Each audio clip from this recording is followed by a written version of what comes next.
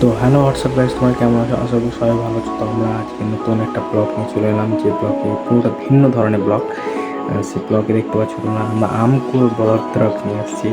আমাদের গাছেরই আম অনেকটা ছিল, তাই আমাদের এই আম করার ব্লগ নিয়ে আসলাম, ঠিক আছে।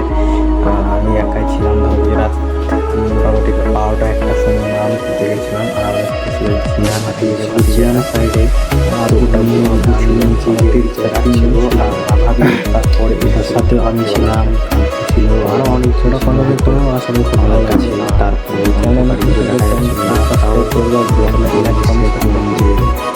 আমি জানি তোমাদের খুব ভালোবাসো আমাদেরকে, লাইক সাবস্ক্রাইব করে দিলে ওটা কমপ্লিট কন্টিনিউ দেখতে খুব ভালো লাগতো। একটা বড় আম পেয়েছে, আম পেয়েতে এবারে চলে গেছে আর কি ধুতে, মানে রাখতে একটা কলতলা জায়গায় একটা কাঁটা করেছে রাখার জন্য। তোমাকে কাঁটাটা হয়তো প্রথমে দেখাচ্ছে আমাদেরকে। তো খুব ভালো আর আম পেয়েছি হয়তো আমটার হাতে ধরে পেয়েছিলাম, এই নিয়ে একদম মাথাকে নিয়ে বাড়ি ছুটি, মানে না যে যেখানে রাখছে সেই জায়গায় যাওয়ার জন্য। তো সেই সময় চলে গেলাম তাই না।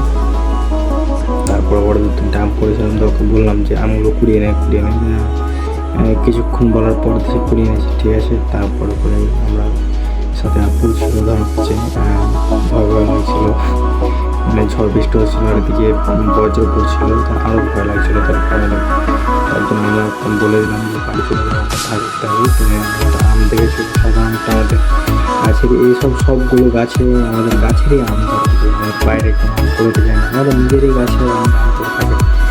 নিজেই পুরোতে টাইম পায় না, পরে এসে কুড়ি ফেলা বললো। তাও তোমাদের ব্লগটা শেয়ার করলাম। রাত ওখানে বাজে 10টা 11টা আমরা সেখানে ছিলাম। তাও তারপরে উনি বলছিল যে কয়টা, আমি বলছিলাম যে কয়টা আম হয়ে যাবে, তো যে 1টা 2টা 5টা এই করতে করতে হয়তো রেখে দিয়েছি।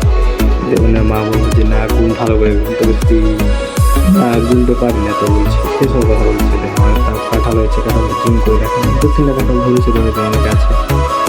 তারপরে পরে আমাদের এই যে বেগুন গাছ এইগুলো সব ভাবিরা লাগানো সামনে। আমি ভাবিকে বললাম যে ক্যামেরা তুমি ধরো, আমি উপরে গাছে